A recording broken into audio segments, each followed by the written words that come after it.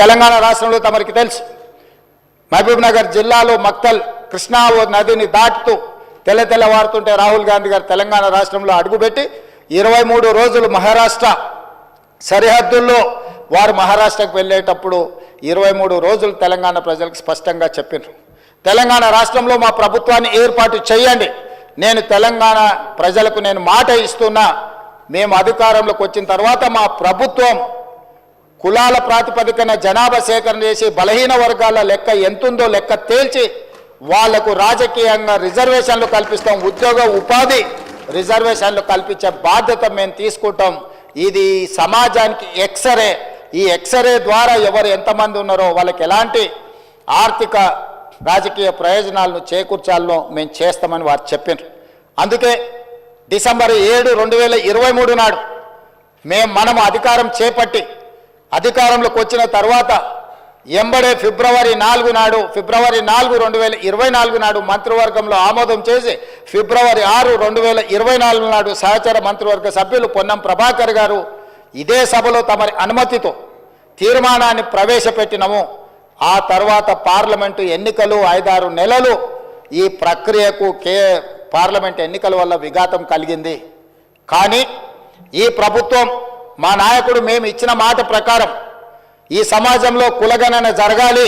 కులగణనలో రాజకీయ ఆర్థిక సామాజిక అన్ని వివరాలను పొందుపరచాలన్న ఆలోచనతోటి ఈ కార్యక్రమాన్ని ముందుకు తీసుకెళ్లాలన్న లక్ష్యంతో మంత్రివర్గ ఉపసంఘాన్ని పెద్దలు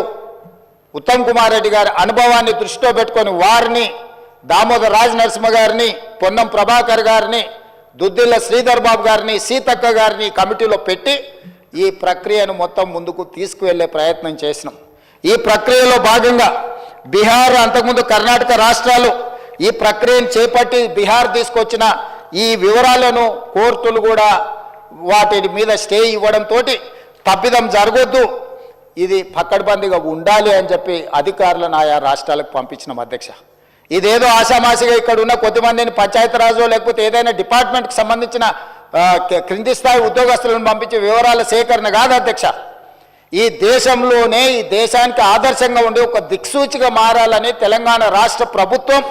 ఇతర రాష్ట్రాలలో ఇట్లాంటి ప్రక్రియ చేపట్టి ఈ ప్రక్రియ న్యాయస్థానాల ముందు నిలవకపోవడం,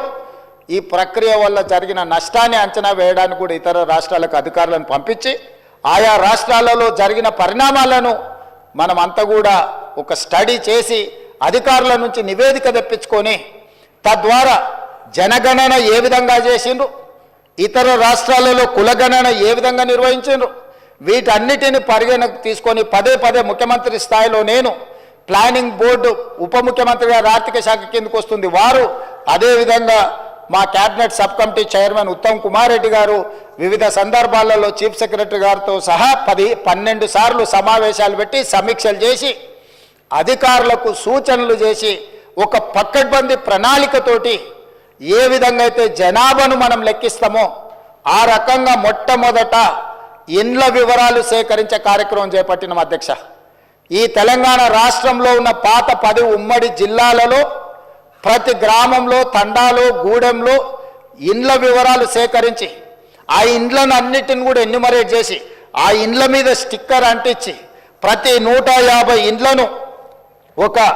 గ్రూపుగా అంటే అధ్యక్ష మ్యాపింగ్ చేసి ఇట్లా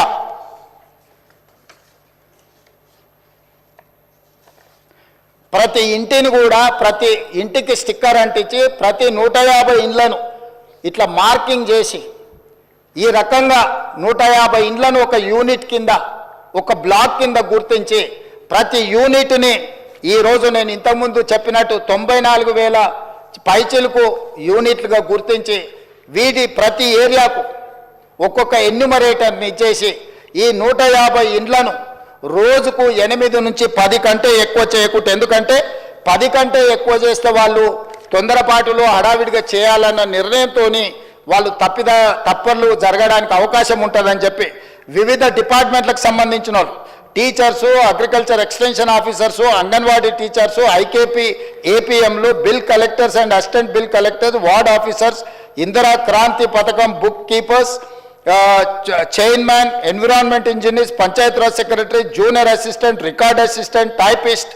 వర్క్ ఇన్స్పెక్టర్లు, ఇట్లా ప్రభుత్వంలో ఉన్న వివిధ శాఖలకు సంబంధించిన అధికారులను ఈరోజు మనం వాళ్ళందరినీ పెట్టి ప్రతి ఇంటికి ఇలాంటి స్టిక్కర్ను అంటించినాం అధ్యక్ష. మొదటి 3 రోజులు ఈ రాష్ట్రంలో ఉన్న అన్ని గృహాల యొక్క వివరాలను సేకరించి ఆ వివరాలన్నిటిని కూడా ప్రతి ఒక్కరి ఇంటికి ఇట్లా స్టిక్కర్ అంటించి ఫస్ట్ ఇండ్లను గుర్తించడం జరిగింది అధ్యక్ష. ఆ తర్వాత ప్రతి ఇంటికి మన ఎన్యూమరేటర్లు వెళ్ళి ఇట్లాంటి అప్లికేషన్లు తీసుకెళ్ళి అధ్యక్ష, ప్రతి ఒక్కరి వివరాలు వాళ్ళందరితో సేకరించి 8 పేజీలల్లా అక్కడికి వెళ్ళి వాళ్ళతో మాట్లాడి వాళ్ళు ఇచ్చిన సమాచారాన్ని తీసుకొని వాళ్ళ సంతకాన్ని కూడా కుటుంబ యజమాని పేరు, మొబైల్ నెంబర్